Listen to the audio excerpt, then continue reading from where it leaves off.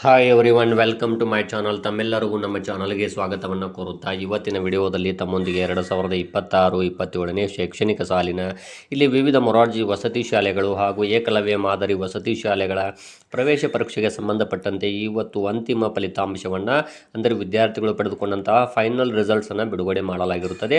ಹಾಗೂ ಇಲ್ಲಿ state level ರ್ಯಾಂಕಿಂಗನ್ನು ಅಥವಾ ಇಲ್ಲಿ ಸ್ಟೇಟ್ ಲೆವೆಲ್ ಪ್ರಾವಿಷನಲ್ ಸೆಲೆಕ್ಷನ್ ಲಿಸ್ಟನ್ನು ಕೂಡ ಇಲ್ಲಿ ಬಿಡುಗಡೆ ಮಾಡಲಾಗಿರುತ್ತದೆ. ಆದರೆ ಇಲ್ಲಿ ಯಾವ ರೀತಿ ಇರುತ್ತೆ ಅಂದರೆ ಇದು ಇಡೀ ರಾಜ್ಯದ ಎಲ್ಲ ಲಿಸ್ಟನ್ನು ಒಂದೇ ಒಂದು ಇದರಲ್ಲಿ ಮಾಹಿತಿಯನ್ನು ಕೊಡಲಾಗಿರುತ್ತೆ, ಒಂದೇ ಒಂದು PDF ಮೂಲಕ. ಆ ರೀತಿ ಅಂದರೆ ಇಡೀ ರಾಜ್ಯದ ಎಲ್ಲ ವಿದ್ಯಾರ್ಥಿಗಳು ಎಷ್ಟು ವಿದ್ಯಾರ್ಥಿಗಳು ಅರ್ಜಿ ಸಲ್ಲಿಸಿ ಎಕ್ಸಾಮ್ನ ಬರೆದಿದ್ದಾರೆ ಅವರ ಲಿಸ್ಟನ್ನು ಬಿಡುಗಡೆ ಮಾಡಲಾಗಿರುತ್ತದೆ.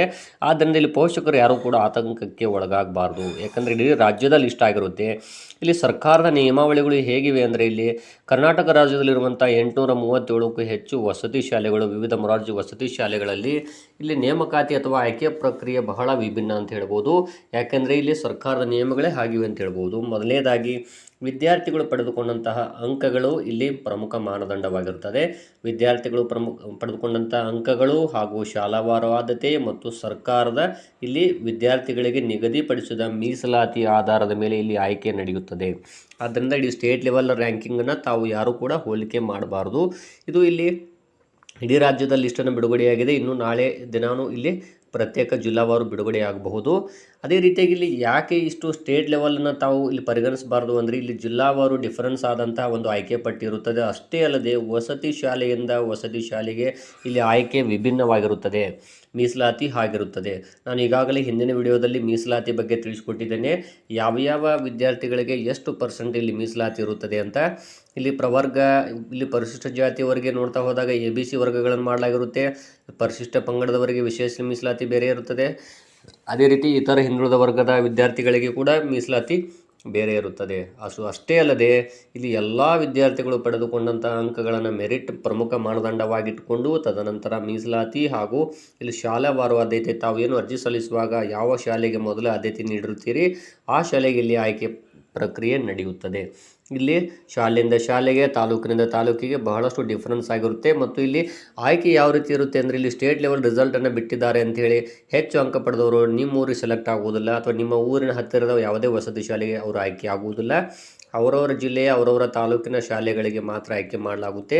ಅದು ಅಷ್ಟೇ ಅಲ್ಲದೆ ಇಲ್ಲಿ 75% ಸ್ಥಾನಗಳನ್ನು ಸ್ಥಳೀಯ ವಿದ್ಯಾರ್ಥಿಗಳಿಗೆ, ಸ್ವಂತ ತಾಲೂಕಿನ ವಿದ್ಯಾರ್ಥಿಗಳಿಗೆ ಆಯ್ಕೆ ಮಾಡಿಕೊಳ್ಳಲಾಗುತ್ತೆ. ಇನ್ನು 25% ಔಟ್ ಆಫ್ ತಾಲೂಕಿನ ವಿದ್ಯಾರ್ಥಿಗಳಿಗೆ ಮಾತ್ರ ಅವಕಾಶ ಇರುತ್ತೆ. ಇಲ್ಲಿ ಔಟ್ ಆಫ್ ಜಿಲ್ಲೆಯ ಎಲ್ಲ ವಿದ್ಯಾರ್ಥಿಗಳಿಗೆ ಅವಕಾಶ ಇರೋದಿಲ್ಲ. ಕೇವಲ ಸ್ವಂತ ತಾಲೂಕು, ಸ್ವಂತ ಜಿಲ್ಲೆ ವಿದ್ಯಾರ್ಥಿಗಳಿಗೆ ಮಾತ್ರ ಇಲ್ಲಿ ಸೆಲೆಕ್ಷನ್ ಮಾಡ್ಕೊಳ್ಳಿಕ್ಕೆ ಅವಕಾಶ ಇರುತ್ತದೆ. ಆದ್ದರಿಂದ ಯಾವುದೇ ಪೋಷಕರಾಗಲಿ ವಿದ್ಯಾರ್ಥಿಗಳಾಗಿ ಯಾರೂ ಕೂಡ ಆತಂಕಕ್ಕೆ ಒಳಗಾಗಬಾರ್ದು.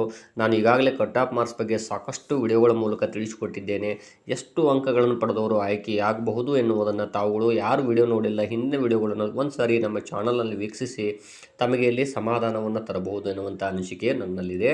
ಯಾಕಂದರೆ ಇಲ್ಲಿ ಕಳೆದ ವರ್ಷಕ್ಕಿಂತ ಈ ವರ್ಷದ ಕ್ವಶನ್ ಪೇಪರ್ ನೋಡ್ತಾ ಹೋದಾಗ ಬಹಳಷ್ಟು ಕಠಿಣ ಇತ್ತು ಅಂತಲೇ ಹೇಳ್ಬೋದು. ಪ್ರತಿ ವರ್ಷ ಏನಾಗ್ತಿತ್ತು ಅಂದರೆ ಕಳೆದ ವರ್ಷ 75-80ಕ್ಕಿಂತ ಹೆಚ್ಚು ಅಂಕ ಪಡೆದುಕೊಂಡಿದ್ದರು OBC ವಿದ್ಯಾರ್ಥಿಗಳು. ಪರಿಶಿಷ್ಟ ಜಾತಿ ವಿದ್ಯಾರ್ಥಿಗಳು ಇಲ್ಲಿ 65ಕ್ಕಿಂತ ಹೆಚ್ಚು, 70ಕ್ಕಿಂತ ಹೆಚ್ಚು ಅಂಕ ಪಡೆದುಕೊಂಡು ಆಯ್ಕೆಯಾದಂಥ ವಿದ್ಯಾರ್ಥಿಗಳು ನಾವು ಮೊದಲ ಲಿಸ್ಟಲ್ಲೇ ನೋಡಿದ್ದೀವಿ. ಸಾಮಾನ್ಯ ವರ್ಗದ ವಸತಿ ಶಾಲೆ ಆಗಿರ್ಬೋದು, ಪರಿಶಿಷ್ಟ ಪಂಗಡದ ವಸತಿ ಶಾಲೆ ಆಗಿರ್ಬೋದು, ಇದೆಲ್ಲ ಕೂಡ ಹೆಚ್ಚೆಚ್ಚು ಅಂಕಗಳನ್ನು ಪಡೆದುಕೊಂಡು ಆಯ್ಕೆಯಾಗಿದ್ದರು. ಆದರೆ ಈ ಬಾರಿ ಪ್ರತಿಯೊಂದು ವಿಷಯದಲ್ಲಿ ಕನಿಷ್ಠ 6-7 ಅಂಕಗಳು ಇಲ್ಲಿ ಕಡಿಮೆಯಾಗುವಂಥ ಸಾಧ್ಯತೆ ಇದೆ. ಸ್ಟೇಟ್ ಲೆವೆಲಲ್ಲಿ ಹೆಚ್ಚು ಅಂಕ ಪಡೆದಂಥ ವಿದ್ಯಾರ್ಥಿಗಳಿದ್ದರೂ ಕೂಡ ಆಯಾ ಜಿಲ್ಲಾವಾರು ಬಹಳಷ್ಟು ಇಲ್ಲಿ ರಿಸಲ್ಟ್ಸು ಬಹಳಷ್ಟು ವ್ಯತ್ಯಾಸವಾಗುತ್ತೆ ಅಂತಲೇ ಹೇಳ್ಬೋದು. ಇಲ್ಲಿ ಸ್ಟೇಟ್ ಲೆವೆಲ್ ರ್ಯಾಂಕಿಂಗ್ ಮೊದಲನೇ ವಿದ್ಯಾರ್ಥಿ ನೋಡ್ಬೋದು, ನೀವು ಔಟ್ ಆಫ್ ಅಂಕಗಳನ್ನು ಪಡೆದಿರಬಹುದು. ಆದರೆ ಪ್ರತಿಯೊಂದು ಜಿಲ್ಲೆಯು ಸೇಮ್ ಆದಂಥ ಕಟ್ ಆಫ್ ಮಾರ್ಕ್ಸ್ಗಳು ನಿಲ್ಲುವುದಿಲ್ಲ. ಅಲ್ಲಿರುವಂತಹ ವಿದ್ಯಾರ್ಥಿಗಳ ಮನೋಮಟ್ಟ, ಅವರು ಬರೆದಂಥ ಎಕ್ಸಾಮ್ ರಿಸಲ್ಟ್ಸ್ ಆಗಿರ್ಬೋದು, ಅಥವಾ ಅಲ್ಲಿರುವಂಥ ಶಾಲಾವಾರು ಆದ್ಯತೆ, ಮೀಸಲಾತಿ ಎಲ್ಲವೂ ಕೂಡ ಪರಿಗಣನೆಗೆ ಬರುತ್ತೆ. ಹೀಗಾಗಿ ತಾವ್ಯಾರೂ ಕೂಡ ಇಲ್ಲಿ ಒತ್ತಡಕ್ಕೆ ಒಳಗಾಗುವುದು ಅಥವಾ ಆತಂಕಕ್ಕೆ ಒಳಗಾಗುವುದು, ನಮ್ಮ ಮಗ ಅಥವಾ ಮಗಳು ಸೆಲೆಕ್ಟ್ ಆಗ್ತಾನೆ ಇಲ್ವಾ, ಇಷ್ಟಕ್ಕೊಂದು ಹೆಚ್ಚಿನ ಅಂಕಗಳನ್ನು ಪಡೆದಂಥ ವಿದ್ಯಾರ್ಥಿಗಳು ಇಷ್ಟು ಜನ ಇದ್ದಾರೆ ಅನ್ನುವಂತಹ ಒಂದು ಯಾವುದೇ ಟೆನ್ಷನ್ ಕೂಡ ತಾವು ತೆಗೆದುಕೊಡಬಾರ್ದು. ಸಾಕಷ್ಟು ಅವಕಾಶಗಳಿವೆ, ಸಾಕಷ್ಟು ಇಲ್ಲಿ ಮೀಸಲಾತಿ ಇರುತ್ತೆ, ಹಾಗೂ ಇಲ್ಲಿ ಶಾಲಾವಾರು ಆದ್ಯತೆಯನ್ನು ಪರಿಗಣಿಸಲಾಗ್ತದೆ. ಮತ್ತು ಇಲ್ಲಿ ಹೆಚ್ಚಿನ ವಿದ್ಯಾರ್ಥಿಗಳು ಸೇಮ್ ಆದಂಥ ಅಂಕಗಳನ್ನು ಪಡೆದುಕೊಳ್ಳುವಂಥ ಸಾಧ್ಯತೆಯೂ ಇರುತ್ತೆ. ಹಾಗಂಥೇಳಿ ಅಲ್ಲಿ ವಿದ್ಯಾರ್ಥಿಗಳ ಡೇಟ್ ಆಫ್ ಬರ್ತನ್ನು ಇಲ್ಲಿ ಪರಿಗಣಿಸ್ತಾರೆ. ಅದನ್ನು ತಾವು ಗಮನಿಸಬೇಕು ಈ ವಿಷಯದಲ್ಲಿ. ಹಾಗಾಗಿ ಇನ್ನು ಇದು ಮುಂದಿನ ಹಂತ ಏನು ಅಂದರೆ ಇಲ್ಲಿ ಮೊದಲ ಸುತ್ತಿನ ಸೀಟು ಹಂಚಿಕೆ ಯಾವಾಗ ಬಿಡುಗಡೆಯಾಗುತ್ತದೆ ಅನ್ನೋದನ್ನು ತಮ್ಮೊಂದಿಗೆ ತಿಳಿಸ್ಕೊಡೋದಾದರೆ ಇಲ್ಲಿ ಕಡೆಯ ಸುತ್ತಿನ ಸೀಟು ಹಂಚಿಕೆ ಮೊದಲನೇ ಸುತ್ತಿನ ಸೀಟು ಹಂಚಿಕೆಯಿಂದ ಹಿಡಿದು ಕಡೆಯ ಸುತ್ತಿನ ಸೀಟು ಹಂಚಿಕೆವರೆಗೂ ಈ ಸಾರಿ ಒಟ್ಟಾರೆ ಹೇಳುವುದಾದರೆ ಮೇ 28ರಿಂದ 30ರೊಳಗಾಗಿ ಎಲ್ಲ ಲಿಸ್ಟ್ಗಳನ್ನು ಮುಕ್ತಾಯ ಮಾಡುವಂತಹ ಒಂದು ಸಾಧ್ಯತೆ ಇರುತ್ತದೆ. ಮೊದಲ ಲಿಸ್ಟನ್ನು ನಾವು ಅವರು ಹೇಳಿದ ಹಾಗೆ ಕರ್ನಾಟಕ ಪರೀಕ್ಷಾ ಪ್ರಾಧಿಕಾರ ಅವರು ತಿಳಿಸಿದ ಹಾಗೆ ಇಲ್ಲಿ ಏಪ್ರಿಲ್ ಮೊದಲ ವಾರ ಅಂತ ಹೇಳಿದ್ದಾರೆ. ನಾನು ಆಗಲೇ ಹಿಂದಿನ ವಿಡಿಯೋದಲ್ಲಿ ತಿಳಿಸಿದ್ದೇನೆ. ಇಲ್ಲಿ ಮಾರ್ಚ್ 31ರ ಒಳಗಾಗಿ ಇಲ್ಲಿ ಫಸ್ಟ್ ಲಿಸ್ಟು ಅಥವಾ ಫಸ್ಟ್ ರೌಂಡ್ ಕೌನ್ಸಿಲಿಂಗ್ ಲಿಸ್ಟ್ ಬಿಡುಗಡೆ ಆಗುವ ಸಾಧ್ಯತೆ ಹೆಚ್ಚಳವಾಗಿದೆ ಅಂತಲೇ ಹೇಳ್ಬೋದು. ಯಾಕಂದರೆ ಈಗಾಗಲೇ ಅಂತಿಮ ರಿಸಲ್ಟ್ಸನ್ನು ಕೂಡ ಘೋಷಣೆ ಮಾಡಲಾಗಿರುತ್ತದೆ. ಫಸ್ಟ್ ರೌಂಡ್ ಸೆಲೆಕ್ಷನ್ ಆದಂಥ ವಿದ್ಯಾರ್ಥಿಗಳು ಇಲ್ಲಿ ಸೂಕ್ತ ದಾಖಲೆಗಳನ್ನು ತಯಾರಿ ಇಟ್ಕೋಬೇಕಾಗುತ್ತೆ ಅನ್ನೋದನ್ನು ಇವತ್ತಿನ ವಿಡಿಯೋ ಮೂಲಕ ತಮಗೆ ತಿಳಿಸ್ತಾ ಇದ್ದೀನಿ. ಫಸ್ಟ್ ರೌಂಡ್ ಕೌನ್ಸಿಲಿಂಗ್ ಇಲ್ಲಿ ಮಾರ್ಚ್ ಎಂಡ್ ಒಳಗೆ ಆಗ್ಬೋದು ಅನ್ನುವಂಥ ಒಂದು ಭಾವನೆ ನನ್ನಲ್ಲಿದೆ. ಯಾಕಂದರೆ ಈಗ ಅವರು ಲಿಸ್ಟ್ ಬಿಟ್ಟಿರೋ ಒಂದು ಫಾಸ್ಟನ್ನು ನೋಡಿದರೆ ಒಟ್ಟಾರೆಯಾಗಿ ಮಾರ್ಚ್ 28ರೊಳಗೆ ಮುಗಿಸ್ಬೇಕು ಅನ್ನುವಂಥ ಒಂದು ಅಡ್ಮಿಷನ್ ಪ್ರೊಸೆಸ್ ಅಂತೇಳಿ ಅವರು ಹೇಳಿದ್ದಾರೆ.